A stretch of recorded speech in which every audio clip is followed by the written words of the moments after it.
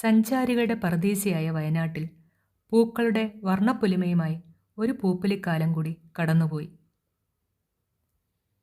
കേരള കാർഷിക സർവകലാശാലയും കാർഷിക വികസന കർഷക ക്ഷേമ വകുപ്പും ചേർന്നൊരുക്കിയ ദൃശ്യവിരുന്നാണ് പൂപ്പൊലി 2025 അന്താരാഷ്ട്ര പുഷ്പമേള.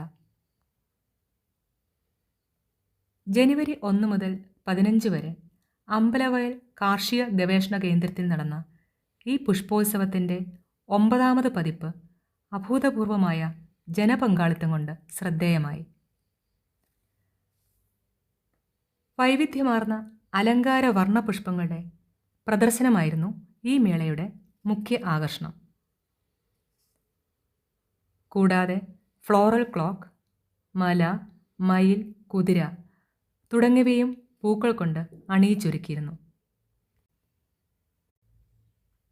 15 ഏക്കറിൽ 15 ദിവസം ഒരുക്കിയ ഈ നയനവിസ്മയം സംഘാടകരുടെയും തൊഴിലാളികളുടെയും ഏകദേശം 6 മാസത്തെ അശ്രാന്ത പരിശ്രമം കൊണ്ടാണ് ഭംഗിയാക്കാൻ സാധിച്ചത്. വിവിധ വർണ്ണങ്ങളിലുള്ള പൂക്കൾ നിറഞ്ഞ ഡാലിയ തോട്ടം ഫ്ലവർ ഷോയിലെ മുഖ്യ ആകർഷണമായിരുന്നു. Dahlia, petunia, China aster, marigold, torenia, rose, dianthus, ജമന്തി, അലൈസം തുടങ്ങി നിരവധി പുഷ്പങ്ങളും കാലീഷ്യ, സെബ്രീന, റിയോ, ഡ്രസീന തുടങ്ങിയ ഇലച്ചെടികളും പൂപ്പൊലി ഉദ്യാനത്തിൻ്റെ മാറ്റുകൂട്ടി. കാർഷിക മേഖല നേരിടുന്ന വിവിധങ്ങളായ വെല്ലുവിളികളും അവസരങ്ങളും സംബന്ധിച്ച് വിദഗ്ധർ നയിച്ച ശില്പശാലകളും കർഷകർക്കു വേണ്ടിയുള്ള സെമിനാറുകളും ഈ വർഷത്തെ പുഷ്പമേളയുടെ പ്രധാന ആകർഷണങ്ങളായിരുന്നു. കൂടാതെ നൂതന സാങ്കേതിക വിദ്യകളുടെയും മികച്ചയിനം നടീൽ വസ്തുക്കളുടെയും മൂല്യവർദ്ധിത ഉൽപ്പന്നങ്ങളുടെയും പ്രദർശന വിപണനമേള വേറിട്ട രീതിയിൽ സംഘടിപ്പിച്ചു.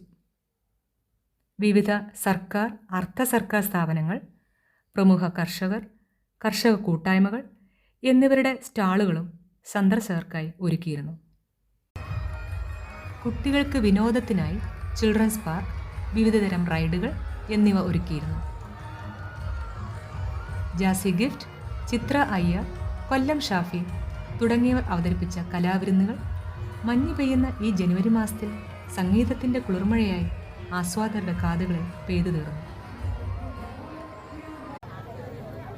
ചൂരൽമല മുണ്ടക്കൈ ദുരന്തങ്ങൾ വിതച്ച മുറിവുകൾ ഉണക്കുന്നതിനും ജനതയുടെ അതിജീവനത്തിൻ്റെ പുതിയൊരു പാഠം പകർന്നു നൽകുന്നതിനും പൂപ്പൊലി 2025 സഹായിക്കുമെന്ന് പ്രത്യാശിക്കാം.